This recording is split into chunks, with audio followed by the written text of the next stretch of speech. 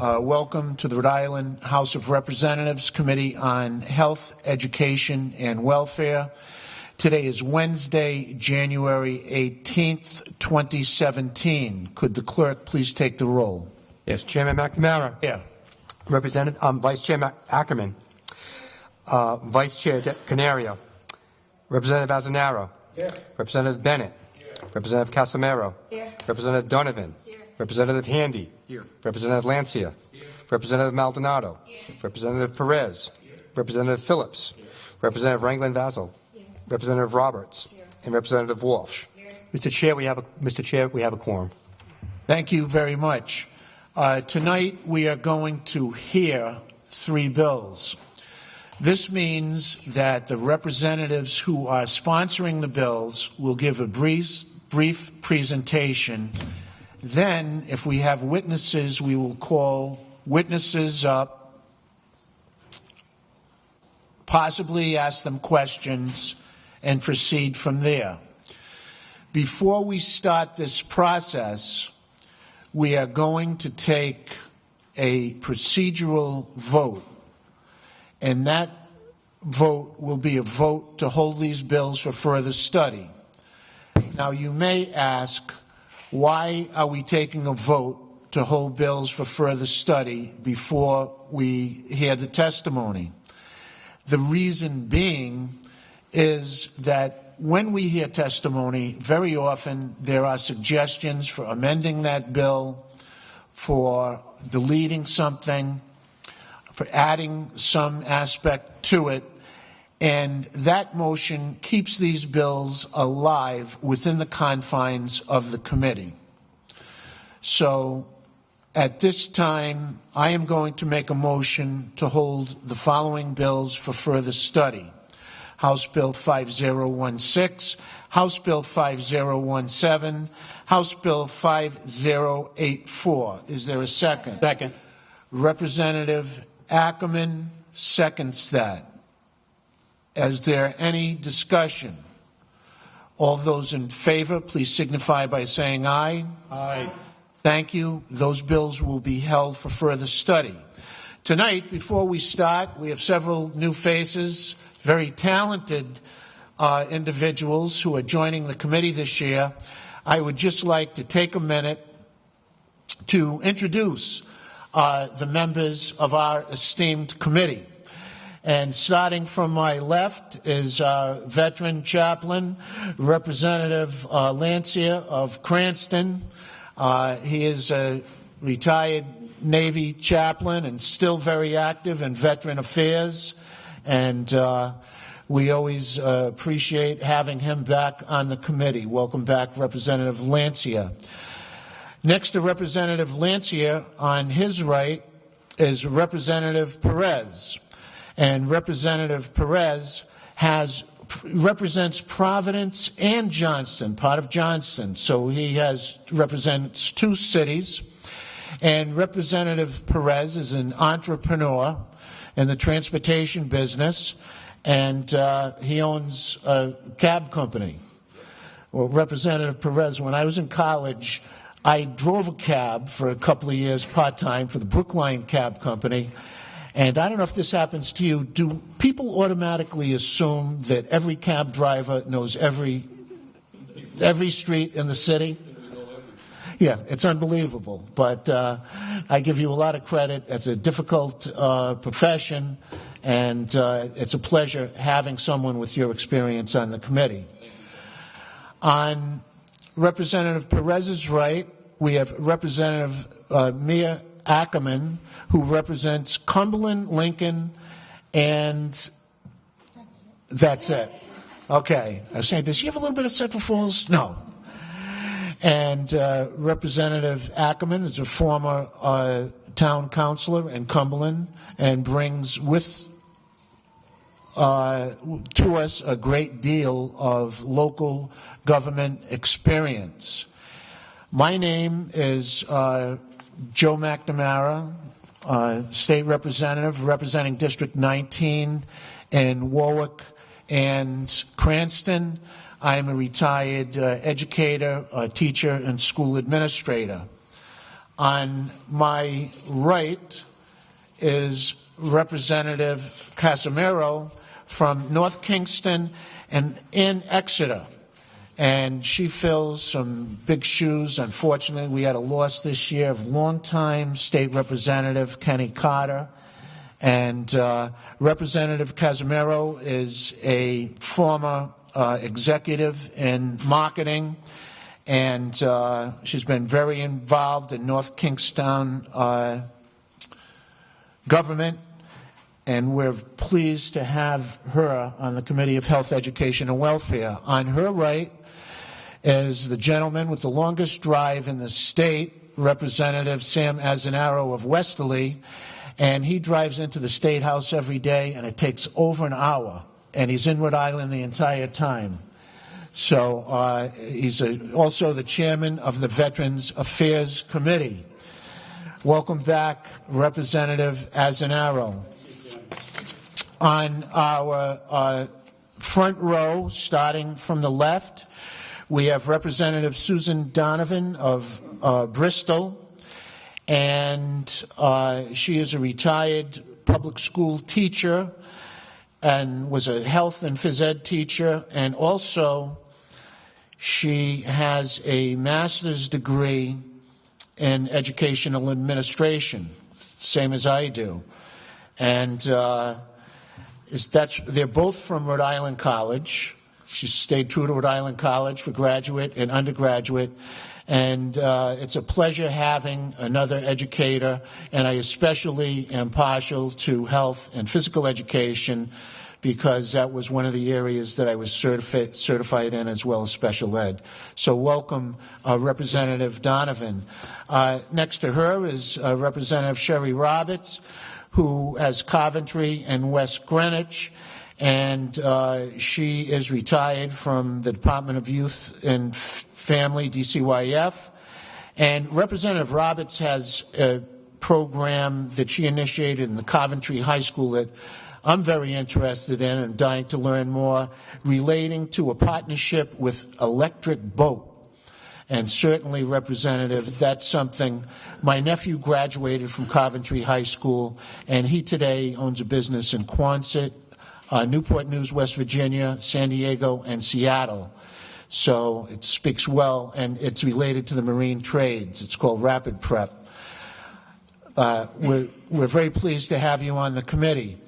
On Representative Roberts' right, we have Representative Marcia Ranglin-Vassell, who is a teacher in the Providence Public School System, special education teacher at the Career and Technical Academy. And she has a degree from St. Joseph's Teachers College, as well as a bachelor's from Rhode Island College, and a master's from Providence College, and that's where I received my master's degree, Representative Ranglin-Vassell. But I think the difference may have been when I received my master's degree, it took me so long, it took me 5 years, because I was teaching and running a business. The parking lot attendant thought I was teaching there. So I used to park. It's great to have you here on HEW. On her right is a veteran, Representative Bob Phillips of Woonsocket.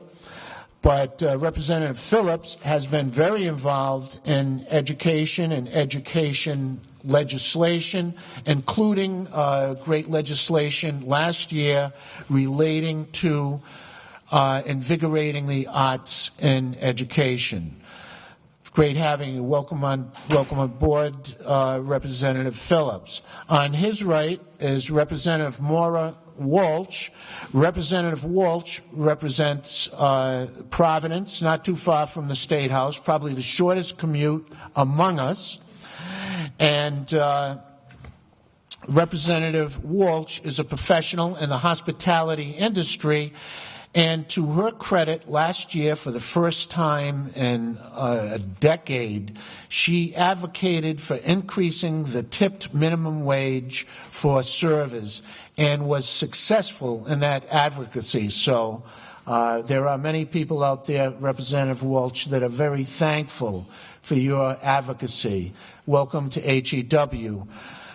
On her right, we have Representative Maldonado. Representative Maldonado is a former Peace Corps volunteer. And if she was my daughter and she said, "Dad, I'm going to Africa in the Peace Corps," my response would have been, "No, you're not." So I give her father, her mom, a tremendous amount of credit, and she is such an asset to the Rhode Island House of Representatives, advocating for public libraries, public education, and some people are unaware of the fact, and I wasn't until I went to an event at the Central Falls High School, that she is a basketball legend in Central Falls, having scored 1,000 points in her high school career. And not only that, not hanging up on the wall, she was also one of the leaders in rebounding in the school. That is quite an accomplishment. Welcome back, Representative Maldonado.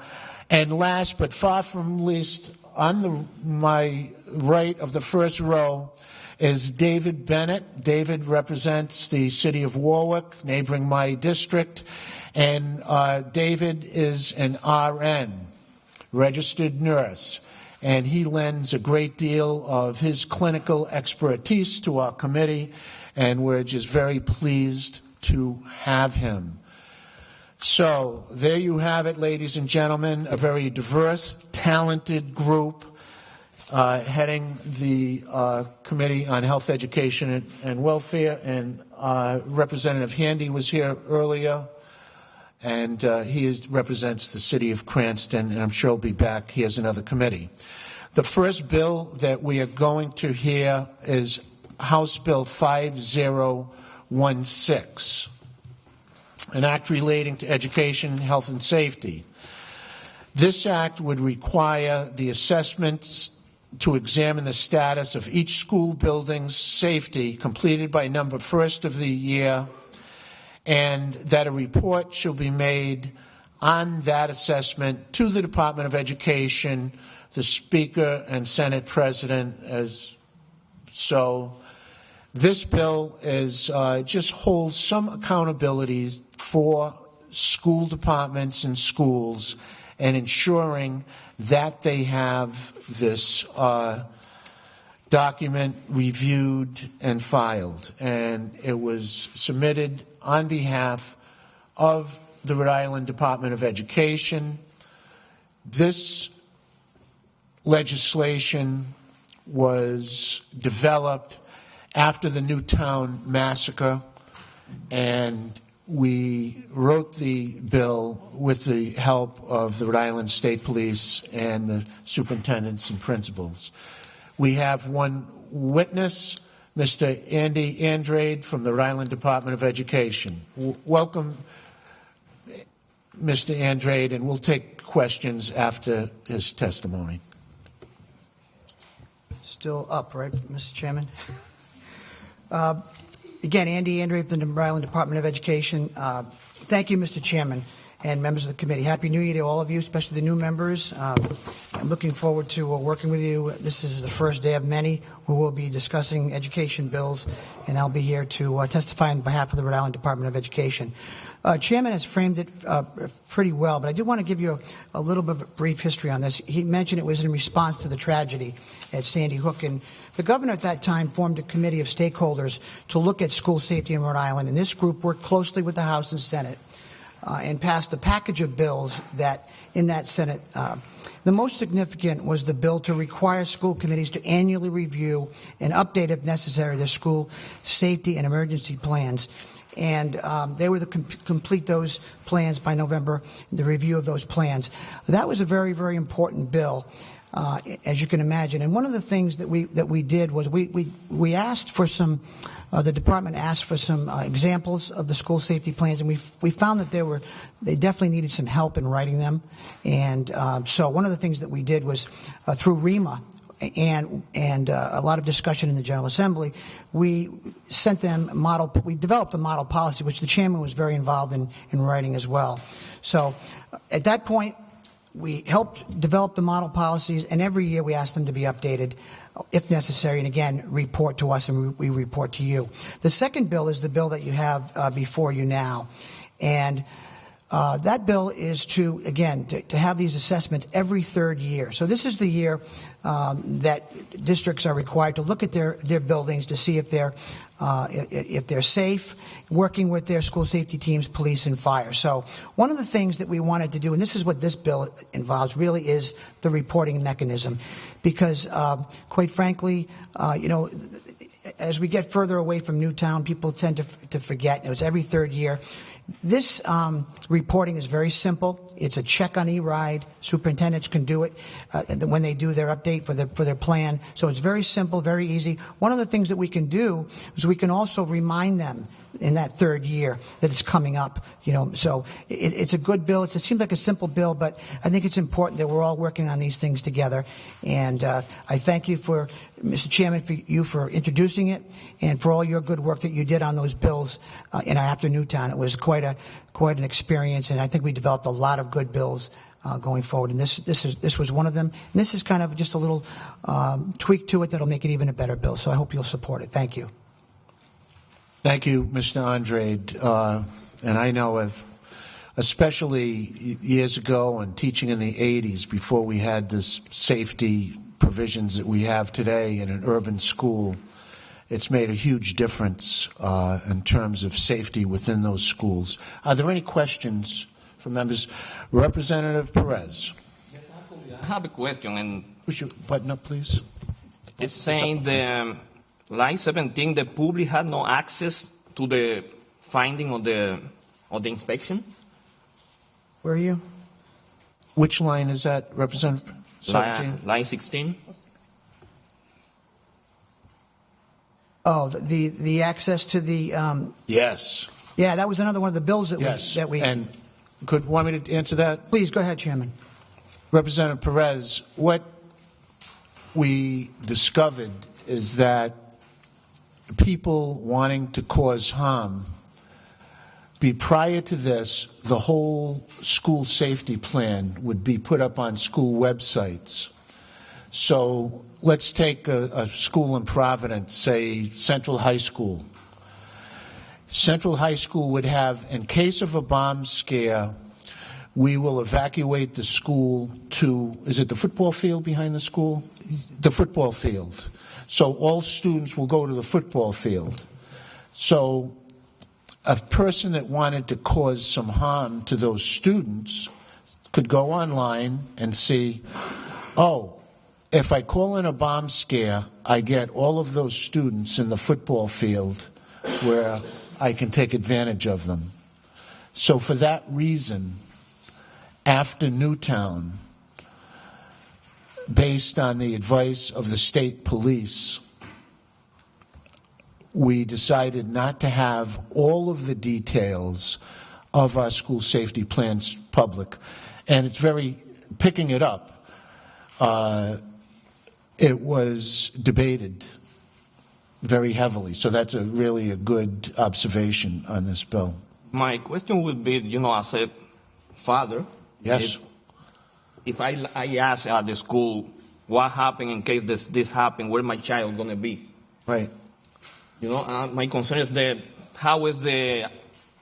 I know the concern about security and stuff. Yep. But I would like to know what happened in an emergency, where my kid is going to be, or what's the response of the school. And by seeing this in here, they going to deny me any information about it. Yeah, the parents would know where the evacuation site would be, but they just wouldn't put it up on their public website. Right. If the whole idea, as the chairman says, I'm sorry, do you want to? Okay, why don't you answer that, and then I just want to make sure. There's a lot that goes into school safety plans, and we didn't want someone with a negative intent to have a hold of that. Certainly, the place where the kids would meet and the parents would meet would be known by the parents. That's a given. But you wouldn't want to be public all the different details of an action plan, because there are a number of variables that are involved. So. I'm sorry, I didn't mean to interrupt you. Representative Walsh. Representative. So you mentioned that this was part of a package of deals that was presented last year. What was the opposition to this and that it didn't pass? There was no opposition to this. When we initially, and this wasn't last year. This was right after Newtown. We just didn't at that time put in the reporting mechanism for the assessment, and we're just doing it now. What happened was we have a school safety committee that meets monthly, and Lieutenant Borak from the state police is very involved. When we looked at this bill, we realized we didn't have that mechanism, and because it's every third year, we were concerned that it might get lost in the shuffle. And so this is too important for that to happen. So we wanted to put it in law, and again, part of what we want to do is, 90 days before this is due on that third year, we can send something out to district to say, hey, by the way, this is the year that you're supposed to do your school assessment. So it's a good check and balance. It's a very simple process of checking on E-Ride. And I just wanted to make one more really quick point, Chairman, that Lieutenant Borak, we don't just, say do these school safety plans. Lieutenant Borak has done a very extensive school safety assessment. It's a guideline for districts to use. It's a checklist of the kind of things that they need to look at, and if they can make some changes, then they should. So we have that assessment. It's been very, very helpful, been very well received in the districts, and also through RISA, we've asked on a voluntary basis if they want to send our committee their assessments. We've, as a committee, through the the guidance of Lieutenant Borak, we'll look and make recommendations, constructive criticism, and recommendations if they so choose to do that. So that's another aspect of this that I think is important. Representative Ranglin Vassal. Yeah, I just wanted to emphasize that Representative, is the button up? Let me move a little forward. Oh, thank you. Thank you. Just want to emphasize and to, provide some support for families who may be in the room that the safety plans are very, thank you. Teachers are very knowledgeable on the plans. Yes. Right. There's adequate training, I think, certainly in my school, and the students do know, they're aware of it, and are also trained in what happens if it's a threat or if it's a fire. And it's amazing how really quickly teachers are able to get their students out. Right. And really, we have to go. There's a time frame, X amount of time, and all the students, and there is things that we have to do once the kids are outside, just to ascertain the number of kids that we marked present are there, and so it's pretty tight. Yeah. And I think there's a lot of comfort for families. Take it very seriously. And another thing, just very quickly, we also tightened up the fire drill and emergency procedures. At that point, we made them more consistent. One a month. We added lockdowns. So there's a lot of good things that came out of this package of bills that the chairman was very instrumental in helping us get through the House and Senate. Representative Donovan. Yes, as one who has participated in a lockdown with very young children, I just want to make a comment. I would not want where I was hiding with those very young children to be on a website anywhere. In my room, I took these 5-6-year-olds and hid behind a stage curtain, and we practiced being very quiet for an extensive amount of time. And I wouldn't want anyone to know I was back there with those children. And what would be the point of being quiet and hiding if everybody knew that's where we were? So I appreciate that line in the bill. Are there any further questions for Mr. Andrade? Thank you very much, Mr. Andrade. Thank you. The next bill that we're going to hear is House Bill 5017. Are there any witnesses on this? There are no witnesses on this bill. And if you look at the explanation, this resolution would extend the reporting and expiration dates of a special legislative commission to study and make recommendations for providing care of in-state funded home care programs. Said commission will expire on May 23rd. Ladies and gentlemen, very often representatives will have a subject that they want more information on. one of the mechanisms that they have for this is they'll say, well, who has this information? It might be the Department of Ed, the Department of Health. It might be someone from the City of Providence. They'll form a commission, legally put it down on a piece of paper describing who's on that commission, what they will study, and when it will be reported.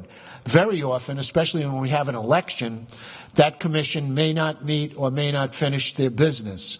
So this simply extends the time frame that was in the initial commission. And you'll hear some sarcasm and cynicism sometimes about these commissions, but the fact of the matter is, many times these commissions end up forming some valuable legislation and reports.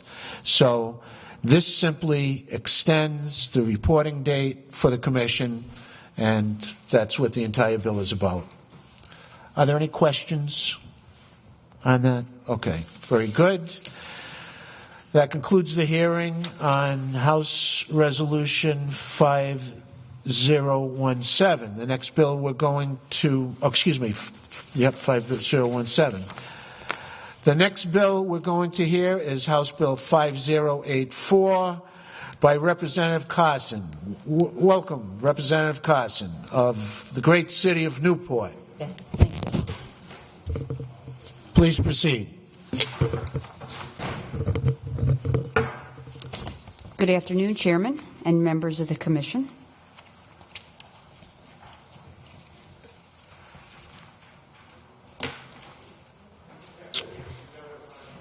This bill, some of you may remember, was Representative Serpa's bill. In previous sessions, she introduced this bill, and the reason that it's mine now is a couple reasons. One is that a constituent of mine came to me and asked me to explore this issue for her, and asked me to check on the status of this bill, and asked me to work on it in this session. And I went to Representative Serpa and told her that, and so she was comfortable with me taking the lead on it. Representative Serpa is now the second signer on the bill. I remember in 2015 when I was a freshman and we were going over the budget, and there were parts of the budget that was rescinding the requirements for certain types of licenses for certain professions. And it was a mix of professions.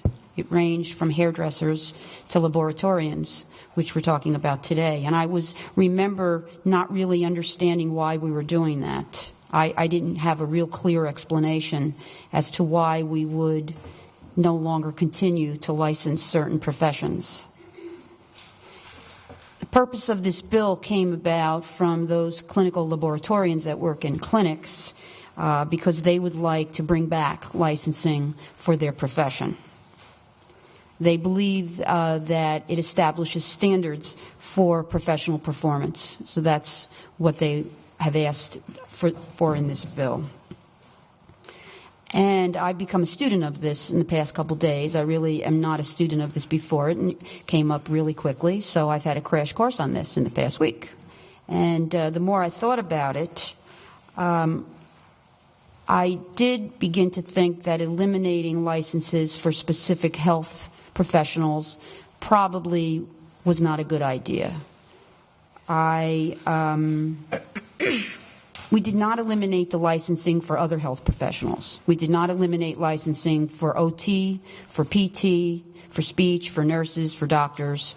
We eliminated, I don't even remember if there were any other eliminations in the 2015 budget, but in this case of this bill, we did eliminate their licensing.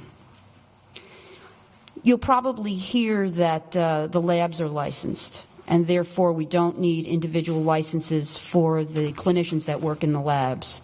And I guess what I have to say to that is, in that case, we don't need to license doctors who work in hospitals if hospitals are licensed. So I don't know. I don't know if I agree with that. I think that there's a good reason to have the licensing for the lab itself to determine the way the clinic is run, and then I think there's a good reason to have individual licenses for the clinicians themselves to make sure that they're meeting professional performances. I think you will hear that this is a case where clinical laboratorians are protecting their jobs, and they want to keep that license in place, and we hear that often. That's for us to decide in our hearts as to whether or not it's really a labor issue or whether or not it's really good government to license people that are handing clinical tests. You will also hear that there have been no problems in any clinical labs, even before the licensure was taken away. And I guess my response to that is, are we waiting for a problem to happen before we think that we should go back and license clinicians? I think it's wonderful that we haven't really found, and we haven't had any incidences of misdiagnoses in laboratories. I think that there might be a risk of potentially lowering the standards, and I think that I'm not real comfortable with that risk. You'll hear from the professionals in the industry who are here today, and I would encourage you to listen to them because they are really the experts on this issue, and they understand why it's a good idea to bring the licenses back. And so I will yield to them as the experts to hear why they truly believe their profession should be licensed.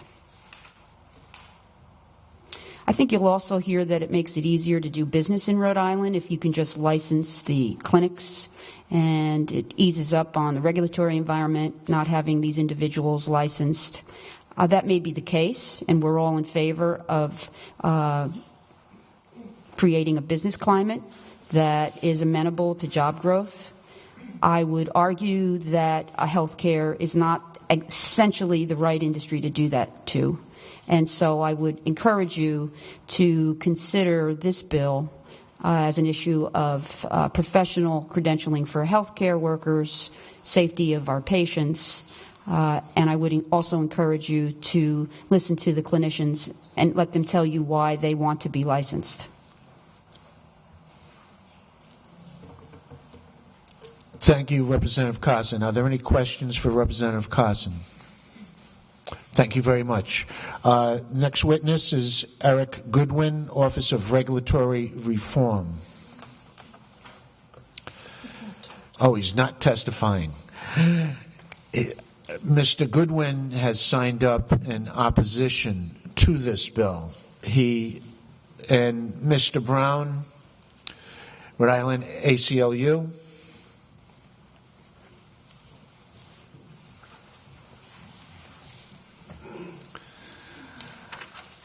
Welcome back, Mr. Brown. Thank you, Mr. Chairman, members of the committee. Happy New Year. I'm sure we'll be seeing a lot of each other in the next few months. I appreciate the opportunity to speak. I'm the Executive Director of the American Civil Liberties Union of Rhode Island for the new members of the committee. I am here to speak on really a very small slice of this bill, a tangential issue, not addressing the bigger questions about licensing, not licensing, and so forth. What we want to raise is one issue that if the committee chooses to reinstate this licensing process, we would encourage that you take a look at one particular provision dealing with suspension, denial, and revocation of licenses based on criminal records. There's a big push this year for justice reinvestment, criminal justice reform. One issue that we hope this committee, when the issue crops up in licensing statutes, will start looking at very carefully are what are the offenses that will be used to potentially disqualify a person from licensing. A few years ago, the General Assembly passed a wonderful law, the Ban the Box law, to try to limit the circumstances under which people can be kicked out of the interview process based on a past and often stale criminal record.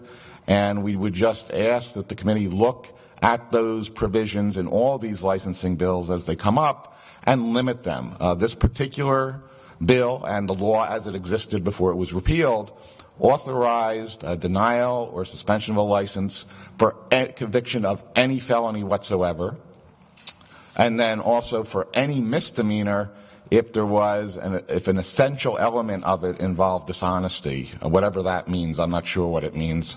Most crimes generally involve some element of dishonesty one way or another. So all we would ask is you take a look at some of the other licensing statutes that are more narrowly crafted, and try to establish a trend of limiting the circumstances when people find themselves subject to disqualification for employment based solely on a criminal record that may not be relevant at all. We hope that you will do that, because what we see happening is when new licensing bills get proposed, they just cut and paste from other statutes. So if you have this one, the next one that comes along, they take that language, and more of these statutes start saying you can be disqualified based on any felony or all these misdemeanors. So that's our only issue. We hope that you'll give that consideration if the bill moves forward. I'll be glad to answer any questions.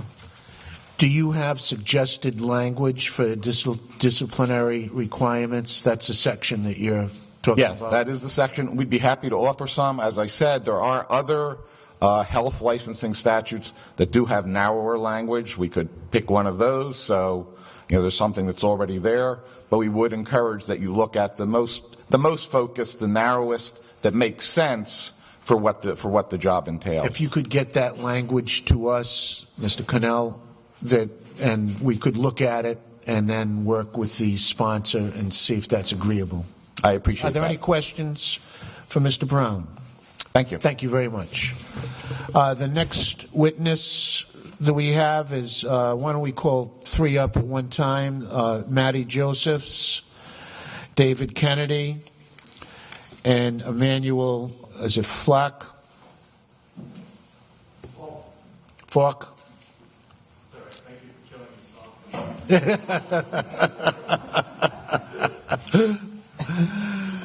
Oh. Ms. Josephs, please proceed. Welcome. Thank you, Mr. Chairman, and thank you, members of the committee, for taking the time to hear the testimony this afternoon. My name is Maddie Josephs. I am a medical laboratory scientist. I am also a professor and director of the Medical Laboratory Technician Program at the Community College of Rhode Island. I am on the board of directors of the American Society for Clinical Laboratory Science, representing all of New England and New York. And I'm here to testify today in support of licensure for medical laboratory professionals.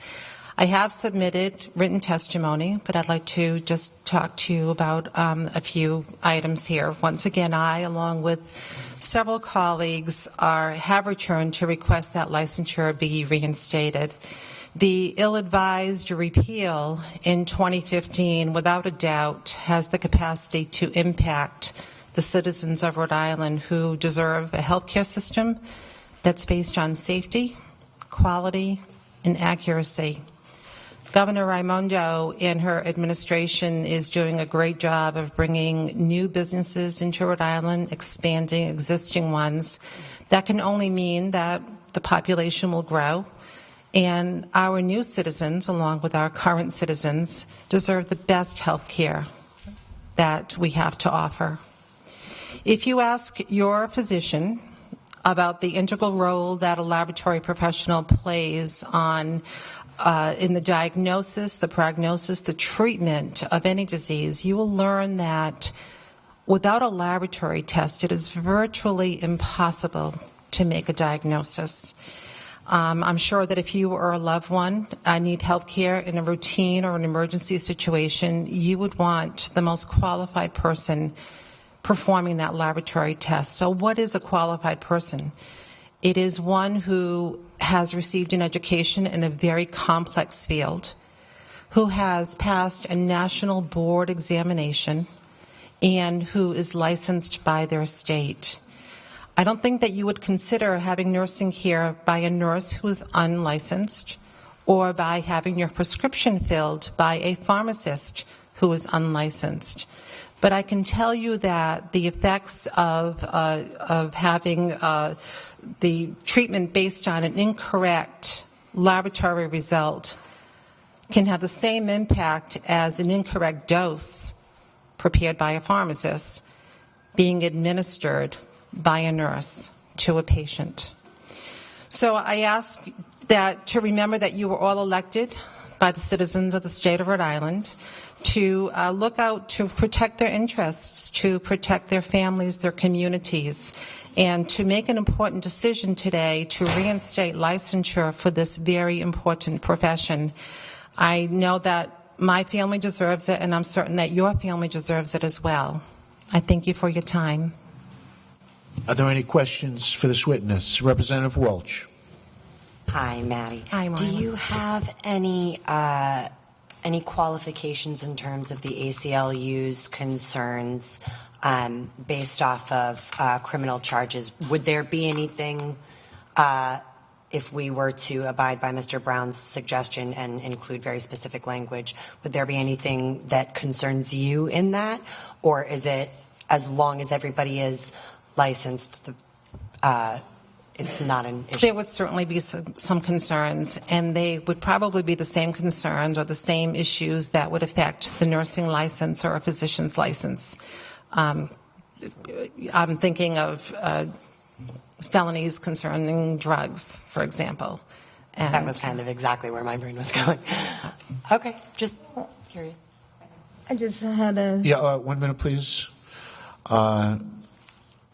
Representative Casimiro.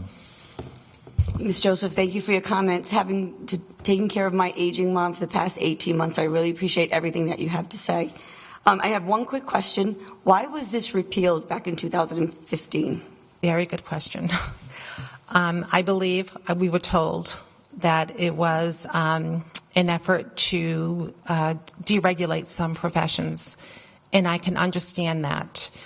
What I can't understand and what baffles me is why anybody would want to compromise health by delicensing or deregulating this profession. Thank you. Representative Rangelin-Fassel. My thought, though, you had mentioned felons. I am thinking about people that are incarcerated for nonviolent crimes. You know, so they may be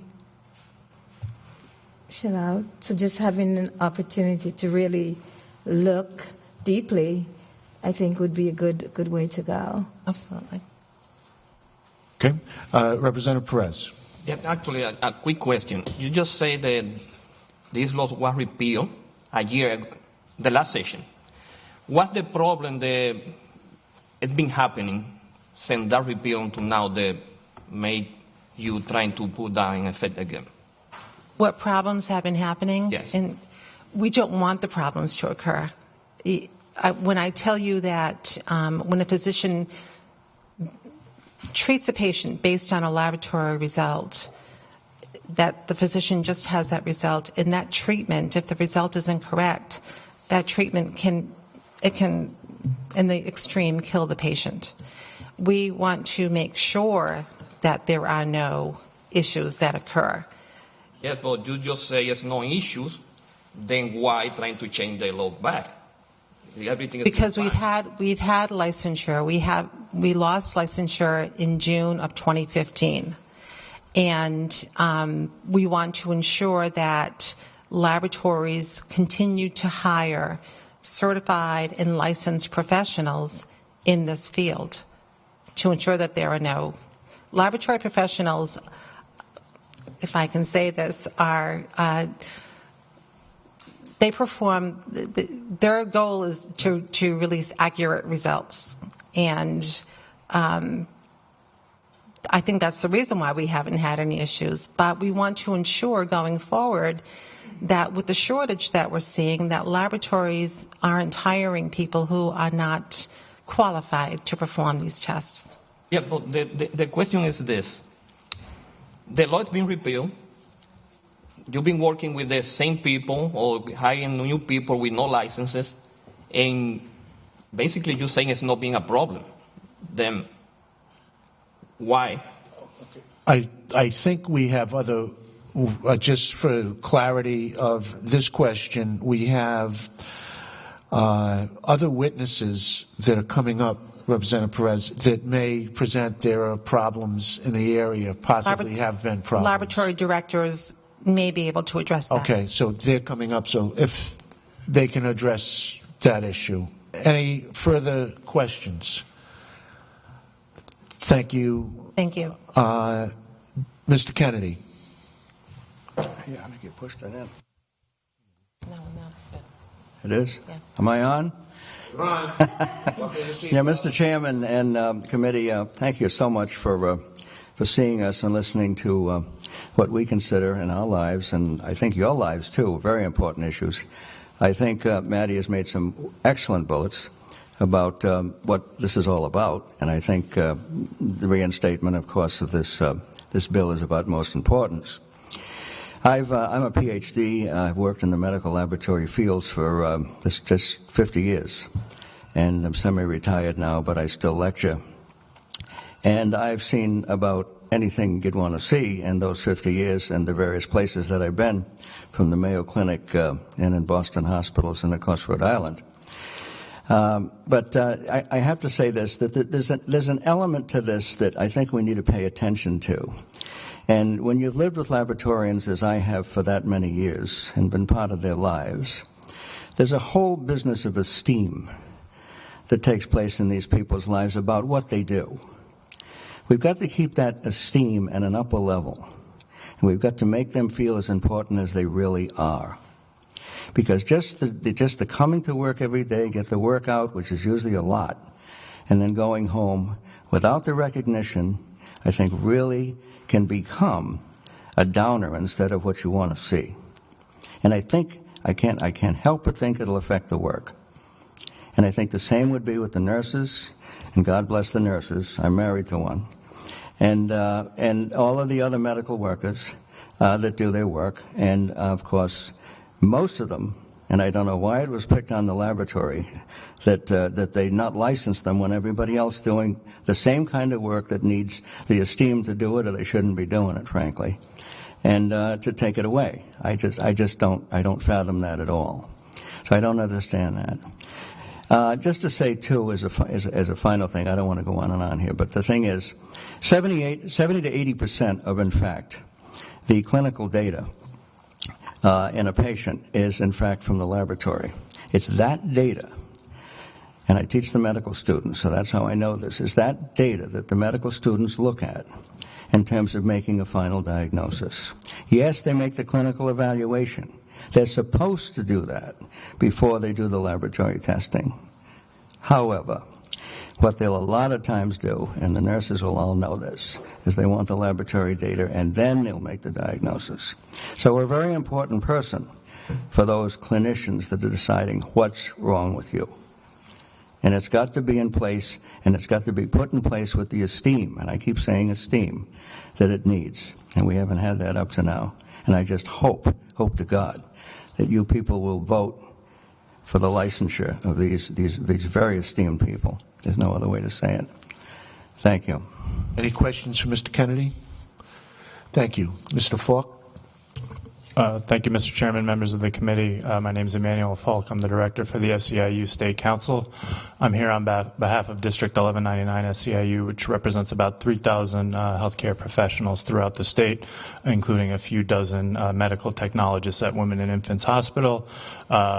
Those members were upset in 2015 when they learned that the licensure was going away for their professional field, and while there's, as a labor person, that there's honor in all work that people do, but they were lumped in with barber apprentices and acupuncture assistants. Now, as the former testifier said, these are professionals that are critical to getting diagnosis right, especially in the oncology unit at Women and Infants Hospital. Now, if a barber's apprentice makes a mistake, you have a bad haircut. If a medical technologist makes a mistake, people die. So I think it's a professional standard that we should restore. And I know there's going to be some other experts testifying. I urge that you do, to make this the year that the General Assembly restores licensure for medical technologists. Thank you. Any questions, Mr. Falk? Representative Walsh? Do we by any chance know the reason for the removal of the licensures in the first place? I recognize that there was a desire to deregulate, but why would it be grouped in with barbers and acupuncturists?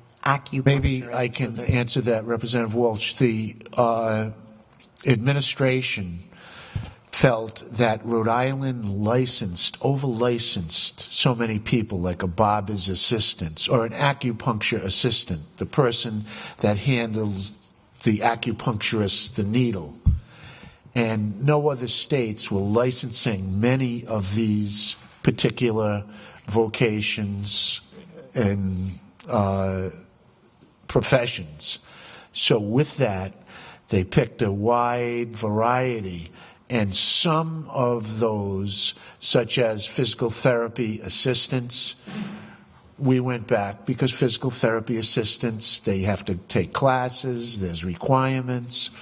So we've gone back and revisited that and said to some of these, hey, you know what? We made a mistake. And that's what this is about. It was just huge lists of occupations. I don't think it was vetted as properly as it should have been. And that's the reason behind it and the reason they're here. Representative Perez, question. Just a quick question. It's going to be a difference in how much people make because they have the license or because they don't have it? I think the difference is the education and the professionalism. What you don't want without this licensing is someone going in. I mean, I love laboratory work. I took physiology, anatomy. I enjoy being in a laboratory, but I would not consider myself competent to work in a blood lab diagnosing skin specimens for cancer. So that is the question. Do we want the best education and certification possible, or currently it wouldn't prevent someone from hiring someone that didn't have the credentials that are really needed, the experience, exactly. Any further questions? Yes, Representative Donovan. So I'm going to set up a scenario and you tell me if this could happen. So I own a lab and I have a specific test that I want done. I can hire, and this regulation is not here, I can hire anybody without any credential or without any education in that and just teach them that procedure.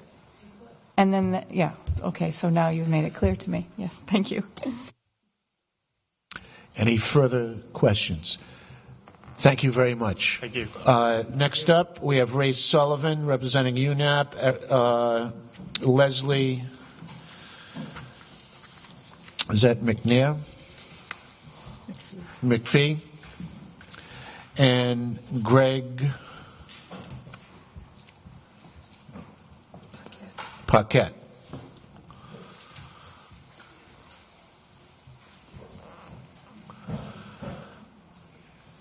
And Leslie, why don't we start with you? Welcome. Please proceed. Thank you, Mr. Chairman and members of the committee. My name is Leslie Martineau. I am a laboratory scientist. I'm also a member of the American Society of Clinical Laboratory Scientists and have been for many, many years. I am active on a national level, and I'm also on the board on a local level here in Rhode Island. And I'm also the chairman of the Government Affairs Committee for the American Society of Clinical Laboratory Scientists. As I mentioned, I'm also a clinical laboratory scientist, medical laboratory scientist, and I'm very proud to say that. I'm also the director of laboratory services for CharterCare, a system now that holds both the Our Lady of Fatima Hospital and Roger Williams Medical Center. Working for that organization, I'm responsible for all laboratory services on both of these hospital campuses, including a rapid response laboratory and a very high volume core laboratory, and employ 54 clinical laboratory scientists and technicians. These professionals perform highly complex laboratory testing, as we've been talking about throughout thus far, and aid physicians in the diagnosis and treatment of their patients. Laboratory testing plays a key role in patient diagnosis, and as you've heard in previous testimonies, it's mentioned that 70% of all clinical decisions are made based on laboratory results. As laboratory professionals, we are directly responsible for the safety of our patients and providing accurate laboratory testing. As a result, we take licensure very, very seriously. The testing we perform impacts all aspects of life, from maintaining wellness by monitoring with things like glucose testing, cholesterol, lipoproteins, blood counts, to diagnosing disease, as we've discussed, anemias, heart failure, cancers, flu testing. That's very big in our environment right now, and to the treatment and monitoring, including things like antibiotic therapy, transfusions, blood transfusions, monitoring and curing sepsis, and many, many more. Those are just to mention a few. We mentioned a little bit about drug testing in previous testimony. We are doing the drug testing that's going on due to the crisis that's happening nationwide of our drug problems right now. Clinical laboratory scientists are working with physicians very closely in performing that drug testing to make sure that patients are safe and patients that are on treatment are taking the meds that they need to take and not taking illicit drugs that they don't need to take. So that's a big piece of our testing also at this time. Along with ASCLS, CharterCare supports educating medical laboratory scientists and technicians by providing internships for college and universities. We do internships. We participate in internships for 3+1 programs for the colleges and the universities in the state. There, we take students for 1 year and train them within the clinical laboratory science that I direct, and also we're supporting the 2-year program at the CCRI level. There is a shortage of clinical laboratory scientists nationwide, and we need to encourage students to embrace this profession as an important, respected healthcare. Eliminating licensure could cast a question on this profession and steer students away from these programs. Our future laboratorians need to feel that they are respected for the important work that they do as professionals. Rhode Island needs to ensure the safety of our patients by overseeing the quality of laboratory results and support licensure. Medical laboratory science is one of the only healthcare professions in Rhode Island that does not require licensure. Medical laboratory scientists strongly disagree with this decision, and we feel that it does not have the best interest of our patient care at heart. I'm here testifying in support for the passage of Bill H. 5084 and reinstating licensure for medical laboratory science. Any questions? Yes, Representative, please proceed. Since the repeal, do you have data with any adverse implications? How many people have been since? I'm just curious. I would say no to that, but I also want to say, mention that in listening is the repeal has not even been in place long enough for new members of the profession to be in the profession yet. So those that we really it just happened this January that we did not renew our licenses. So those that are in the profession are already there and were licensed previous to. And I think we'll be graduating our first graduating class coming up that will be pending whether or not they'll be licensed or not. So I think it's a little too soon to say that without licensure there are no problems. Right. But as Maddie mentioned also, and I also think that Representative Carson also meant, we don't want those problems. We want to avoid that. Why wait till there's a tragedy to then reinstate? Representative Perez. I would like to follow the same question. What happened with the people that had the experience, but they don't have the college degree or the requirement that I see they're going to require under a license? What happened with those people then? I'm not sure if I understand. What happened with? Yeah, let's say like my what will happen before that you have people that you training and teaching how to do the work, but he don't have the college degree, like the license is going to require from him. What's going to happen with that people then? They lose their job. They're not going to get the license. Without licensure, they'll lose their job, or with licensure, they'll lose their Need the job? license. It's get a proof again to require a license for a technician. Then those people are going to lose their job. We, right now, in the state of Rhode Island, everyone that's working in the profession has been licensed. They're going through programs and they're there. We want to reinstate this so we don't get to that point where we have people that are not officially trained properly to be doing this high level of testing within our hospitals, our laboratories in our state.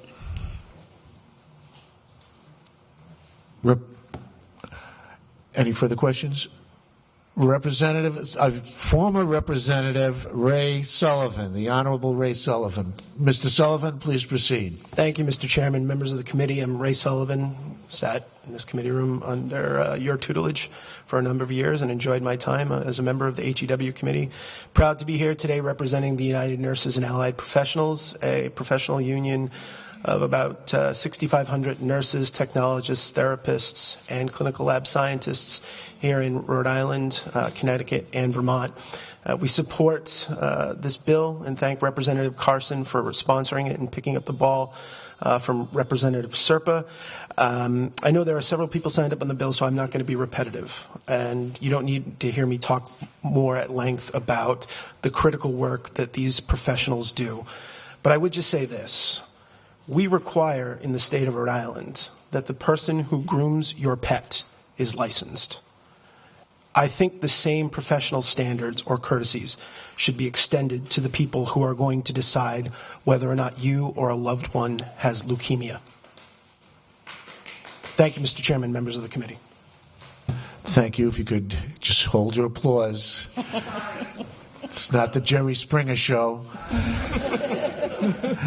That's okay. Yeah. Thank you very much. Is there any questions for Mr. Sullivan? Thank you very much, Mr. Sullivan. Mr. Paquette? Yes. Please proceed. Welcome. Good French name. Thank you, Mr. Chairman and committee members. My name is Dr. Gregory Paquette. I am a professor and director of medical laboratory science programs at the University of Rhode Island. I hate to say this, but I've been down there for 36 years. And as Dr. Kennedy said, we've been around this profession and this business an awful long time. The first thing I'd like to address, coming back to Representative Perez's question, is how do we know what's the difference if the quality of care is going to be less without licensed people? As Leslie said, we don't really know that yet but we do know before licensure passed there were very, very serious problems nationwide and in Rhode Island with poor laboratory testing. Representative Carson, I'm sure, is aware of this, but a young woman in Newport died of misread pap smears. 3 pap smears, 3 years in a row, died. She was a prominent Newport citizen. Her family received a rather large settlement. They made a donation to URI, and we started a graduate program in cytotechnology, and since then have not had a shortage of cytotechnologists. So it's incidents like that, and in the mid-'80s, there were a number of national exposés by a number of outlets, Wall Street Journal, Washington Post, showing that the quality of lab testing was very uneven across the country and put into place what's called the Clinical Laboratory Improvement Act of 1988 that basically put a floor on making sure that lab testing was high quality. But they did not, because no other health profession is licensed by the federal government. All health professionals are licensed by states. We, as you've heard several times now, are the only state. The medical laboratory professionals are the only health profession in Rhode Island that are not licensed by the state that play a very significant role in healthcare. So to me, the most significant issue is quality, safety, providing the citizens of Rhode Island with a high-quality healthcare system. Again, I think the simple answer to the question, Representative Perez, is, well, gee, we haven't had any bridges fall down lately. Why don't we stop inspecting bridges? I think that's the analogy. I think the reason we inspect bridges is to make sure they don't fall down. I think the reason we want to license medical laboratory professionals is to make sure that patients don't die, aren't harmed. The second issue, which I think was brought up by Dr. Kennedy, is the esteem, and by Leslie, is the esteem issue. I've run several medical laboratory professional programs at URI for many years now, and as soon as licensure came into effect in 1992, the interest in this profession went up dramatically. Because before that, You know, college students are pretty savvy nowadays. Yeah, they want to work in healthcare. Do I want to be a nurse? Do I want to be a pharmacist? And right away they figure out, well, the gold standard of being a high-esteemed, high-quality, important health professional is that you're licensed. Well, in the 25 years or so that we had licensure, that was not an issue. Now it is. I've already had students say they're seriously considering leaving my programs because they are not seen as important or as legitimate as other health professionals. I believe Representative Perez also asked the question, does it affect salaries? Well, yes and no. Generally, salaries are based upon one's education, experience, certifications, credentials. Licensure, losing the licensure kind of squashed all that, and what we're afraid of, and there's already some anecdotal evidence of this, is that many labs are now hiring people who wouldn't have been qualified to be licensed, training them on the job, and we're not going to know the negative impact of that for some time. And oh, by the way, one of the major reasons you license health professionals is to find out how are they doing. Well, if you're not licensed medical lab professionals, how do we know that? I sat on the licensure board for many years, as did Leslie, as did Maddie. And speaking to Mr. Brown's concerns from ACLU, I have no problem with there being better language in there that does not keep people from being licensed for nonviolent crimes and that sort of thing. In fact, we would favor that. But in my tenure on the board, there were 2 or 3 cases where there were people that you really did not want doing your lab test because they were impaired. Just like you don't want an impaired nurse or a impaired physician, or pharmacist, you don't want an impaired medical laboratory professional. Who's going to determine that now if there's no licensure? The job of the Division of Professional Regulation at the Health Department is to assure that any health professional in Rhode Island is qualified and is held to an ethical standard. The example I love to use, and I've got it in my written testimony, you're all aware of the medical laboratory professional in Massachusetts who falsified lab results for many years and threw the entire Massachusetts criminal care system into chaos. Cases had to be thrown out. That person, well, she's in jail, but if she weren't in jail, she could come to Rhode Island and not have to apply for a license at the health department, could go to an employer and say, oh yeah, here's my resume, here's my credentials. Nobody would vet her at all. Is that really going to provide the citizens of Rhode Island the protection they need? So to me, it's most importantly a safety issue. Secondly, a esteem issue, recognizing the role that medical laboratory professionals play. But third, and probably most important, is this whole issue of this is not pro-business. You know, it got clumped in with Governor Raimondo's packet of regulatory reforms, most of which I think are pretty good and I support. But you ask any business professional, any CEO who's thinking of locating to Rhode Island, in fact, I even had this discussion with Mr. Goodwin about this, who moved here from Arizona. Companies aren't going to come to a state that has not recognized as having a high-quality healthcare system. You unlicense the medical lab profession, you run the real big risk of seriously compromising the quality and having high visibility incidents. So I agree with all the other presenters that this is an essential bill to pass to reinstate for the citizens of Rhode Island a high-quality healthcare system. Thank you. Thank you, Doctor. Representative Perez. Yes, my only concern that I have is because that profession was unlicensed in the last session. Mm-hmm. That's allowed people to get into that kind of work. Maybe they got the training because the state don't require the license. And by now introducing the license, you know that a license don't mean that you are good in what you're doing. There's a lot of people with licenses, they're doing a lot of bad stuff. Sure. Can't argue that point. The question is now we get the license back, those people had experience, they've been working on the field. Right. We hear before when I ask there's any problems, there's been any issue, and they say no. How we safeguard those jobs that those people have? We have any provision to get the license without the college degree? Because they were already working in the field. That's a case, in the case, there's somebody there. That's well, I think you bring up this is why this loophole has to be closed as quickly as possible. Because the longer it stays open, the more non-qualified, non-licensable people are going to get hired. And I think you raise a valid point. First of all, we don't know how many non-qualified people are licensed because the state of Rhode Island no longer monitors that. That's one of the main purposes of licensure. But in our original bill and in this bill, there's a grandfather clause that would address that, that once the new promulgations are regulated, there could, in fact, be a grandfather clause that says, well, if you were hired in this window and you, quote-unquote, didn't meet the licensure requirements, you could potentially be grandfathered. And I don't think it's very many people. We don't know that data because that's the job of the health department. But if you don't license a profession, we know about all the nurses, we know about all the doctors, we know about the pharmacists. We have no idea right now what the status of the medical laboratory professions is in Rhode Island. The question is, we don't know how many people are going to be impacted negatively. We don't.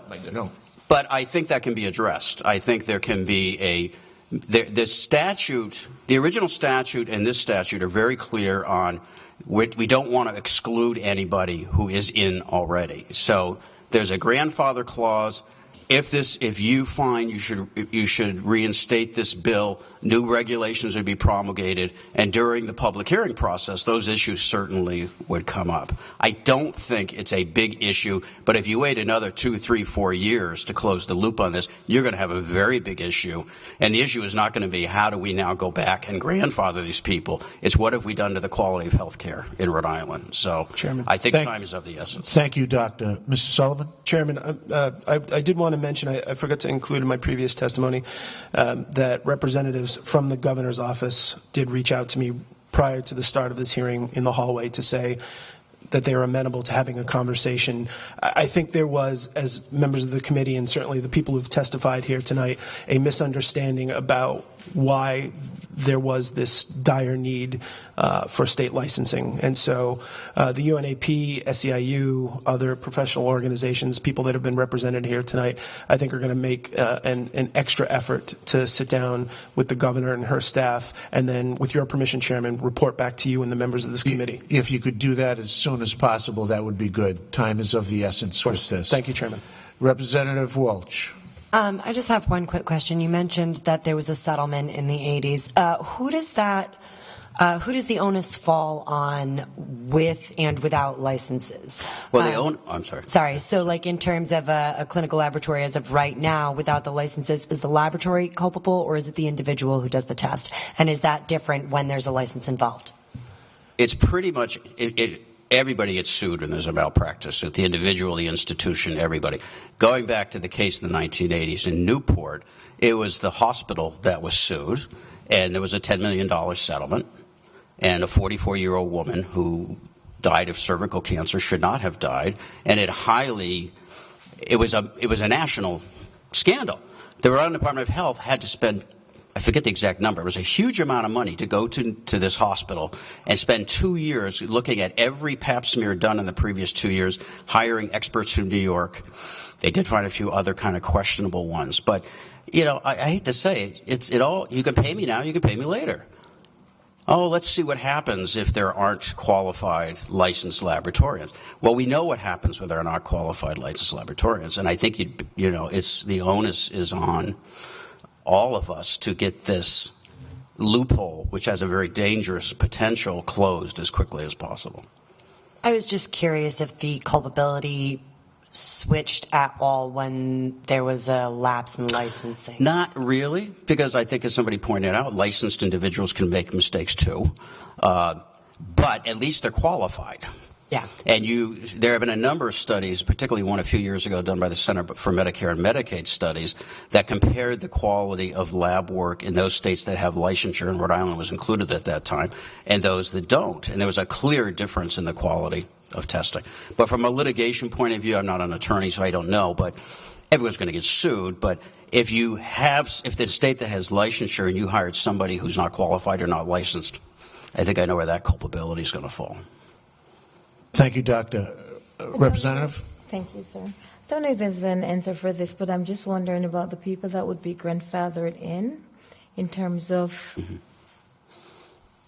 credentialing as they move forward. Right. Have this been thought through?